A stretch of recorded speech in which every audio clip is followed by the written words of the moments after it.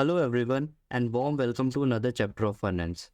और इस वीडियो में मैं म्यूचुअल फंड को कवर करूंगा, जहां हम देखेंगे कौन कौन से म्यूचुअल फंड हैं जिनमें हमें इन्वेस्ट करना चाहिए so that they can make fortune in future. To know about the mutual fund in detail कि म्यूचुअल फंड क्या होते हैं, कितने टाइप के होते हैं, I had already make the detail video on that is chapter number 4। So you can watch that chapter, link I will provide in the description box. उससे आपको आपके मैक्सिमम डाउट क्लियर हो जाएंगे कि म्यूचुअल फंड एक्चुअल में कैसे work करता है। तो कमिंग टू द टॉपिक, तो जो आज का हमारा टॉपिक है वो है म्यूचुअल फंड।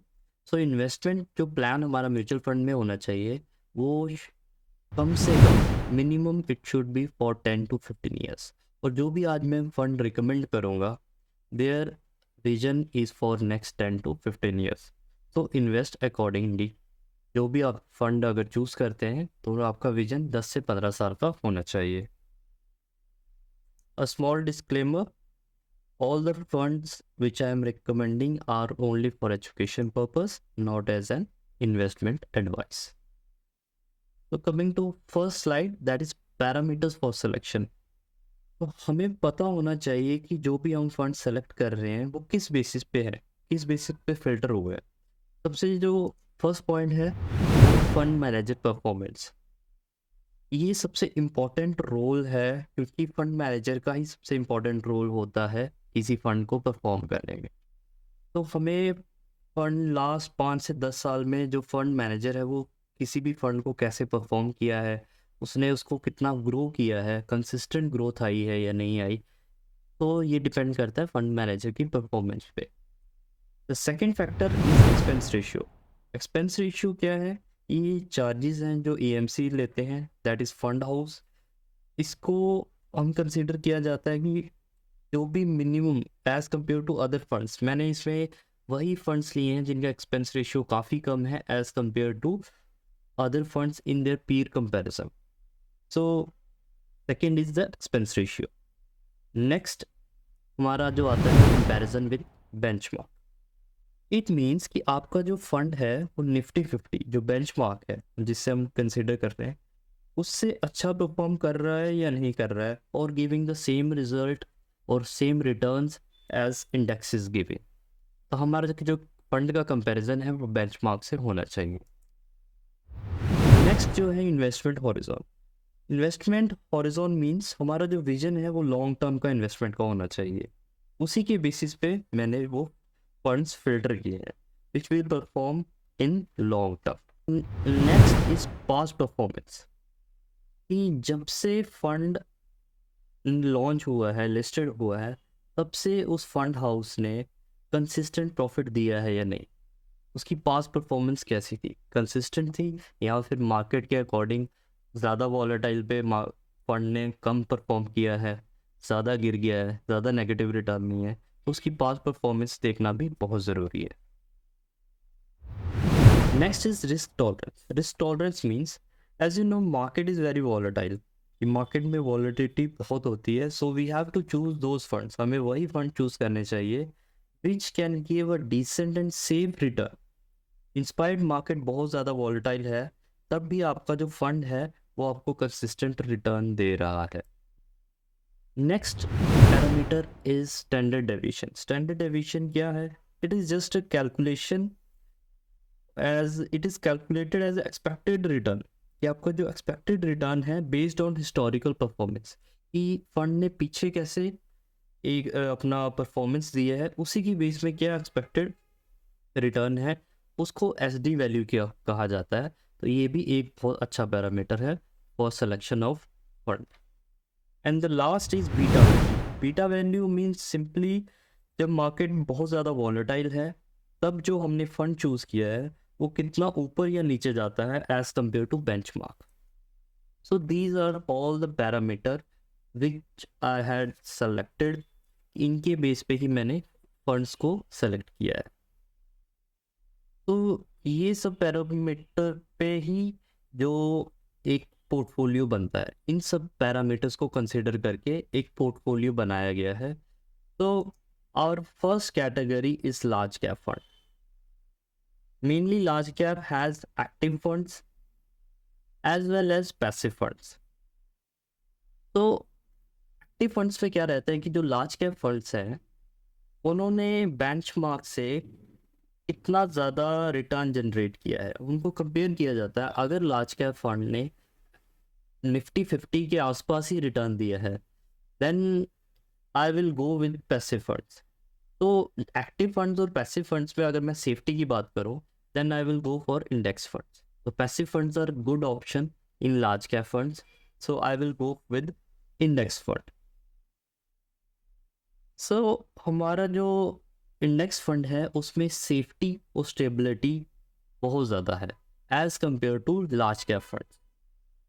तो हमने जो फर्स्ट फंड इसमें चूज़ किया है वो है HDFC इंडेक्स फंड। ये S&P PSE सेंसेक्स प्लान है। जो भी आप फंड चूज़ करेंगे वो डायरेक्ट प्लान होना चाहिए। It means you are buying directly from the fund house, not through regular investment. So our first fund is HDFC index fund.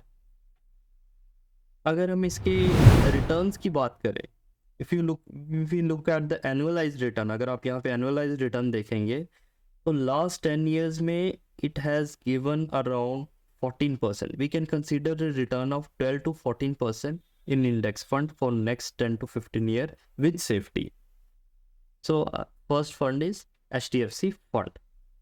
One more fund is in this category, that is utility Nifty 50 index fund growth. इसका भी अगर आप annualized return देखेंगे, it is also around 12 to 14%. आप इसमें से कोई भी एक फंड चूज कर सकते हैं। और next category is flexi cap fund.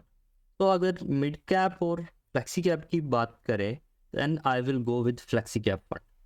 Flexi cap एक ऐसी कैटेगरी है जहां फंड मैनेजर को एक डाइवर्सिफिकेशन मिल जाता है। Fund manager has choice to invest in different sectors. उसकी अपनी चॉइस के अकॉर्डिंग वो डिफरेंट सेक्टर्स में इन्वेस्ट कर सकता है।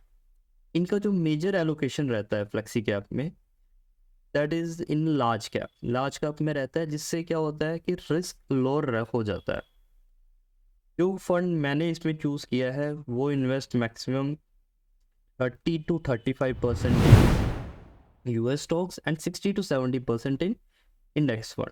And this is my best favourite fund जो काफ़ी सालों से कंसिस्टेंट रिटर्न दे रहा है। इसने जो ये है पराग पारिक फ्लेक्सी कैप फंड, काफ़ी पॉपुलर है और इसने कंसिस्टेंट, जब से ये फंड लॉन्च हुआ है इसने कंसिस्टेंट इसके फंड मैनेजर ने ग्रोथ दी है। और अगर हम इसके एनुअलाइज रिटर्न की बात करें, this fund has generated around 20%। तो आप इस फंड को अपने पोर्टफोलियो में ऐड कर सकते हैं। नेक्स्ट हमारी जो कैटेगरी है वो है tax saver fund, that is ELSS, equity link saving scheme. ये फंड हमारे इसके पीछे दो रीजंस है। अगर मैं बात करूं जिसमें दो रीजंस हैं इस फंड को चूज करने के लिए। एक तो आपको इसमें इक्विटी का बेनिफिट मिलता है, प्लस आपको इसमें टैक्स का बेनिफिट मिलता है। And second is locking period. इससे आपका इन्वेस्टमेंट एक लॉक हो जाता है, आप इसको होल्ड कर पाते हैं। मैक्सिमम क्या रहता है कि आप कोई भी फंड में इन्वेस्ट करते हैं, ड्यू टू मार्केट वॉलेटाइल और अपनी ज़रूरतों के हिसाब से आप फंड को तोड़ देते हैं। इस फंड का सबसे इम्पॉर्टेंट चीज़ यही है कि ये लॉकिंग पीरियड रहता है, आप इसको 3 साल से पहले नहीं तोड़ सकते। So this is also a good option. Then अगर इस फंड में बात करें तो सबसे पहला जो फंड है वो है Mirae Asset ELS tax saver fund. इस फंड का अगर आप परफॉर्मेंस देखेंगे तो एनुअलाइज जो रिटर्न है इट इज़ अराउंड 18 to 19%। तो ये बहुत ही अच्छा फंड है। लॉकिंग पीरियड की वजह से क्या होता है कि आप उसमें इन्वेस्ट करते हैं फॉर लॉन्ग टाइम। जब आप 3 साल के लिए इन्वेस्ट करते हैं एंड आपको कंसिस्टेंट रिजल्ट दिखता है, तो आप अल्टीमेटली आप नेक्स्ट 10 to 15 years के लिए भी सोच लेते हैं। One more fund in this category is Parag Parikh ELSS tax saver fund.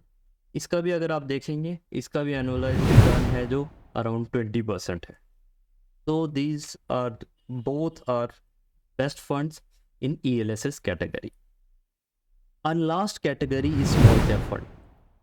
This fund is risky because they invest in small cap companies, but your small investment percentage should be in small cap fund because it has a tremendous growth when market is in bull run. जब market bull run में होती है, ये funds आपके पूरे portfolio को एक high level पे लेके जाता है. सो आपका एक small portion small cap fund में होना चाहिए. So our first pick in this category is Quant small cap fund. इस फंड की अगर परफॉर्मेंस की बात करें, इस फंड ने हमारा एनुअलाइज जो रिटर्न है अराउंड, अगर आप देखेंगे since Inception it is 19.3 and last 10 years में 20%. एंड अगर आप 3 to 4 ईयर्स में देखेंगे तो अराउंड 50% का रिटर्न इस फंड ने जनरेट किया है. One more fund in this category is axis small cap fund. अगर इसका भी आप एनुअलाइज रिटर्न देखेंगे, इसका भी अराउंड 20 to 25% एनुअलाइज रिटर्न है. तो these all funds are like first our category was index fund, second was Flexicap, third TLSS and fourth is small cap fund. तो ये 4 फंड मैंने चूज़ किए हैं. इसमें आप इसमें से कोई भी फंड चूज़ कर सकते हैं और एक पोर्टफोलियो बना सकते हैं. मैंने जस्ट एक, अगर आप बात करेंगे एलोकेशन की, तो मैंने एज ग्रुप जनरल एक आइडिया लिया है कि 20 to 45 ईयर्स के लिए एक एलोकेशन दिया है एंड 45 एंड अबव के लिए दूसरा एलोकेशन किया है. ये एक जनरल फिगर है फॉर एलोकेशन.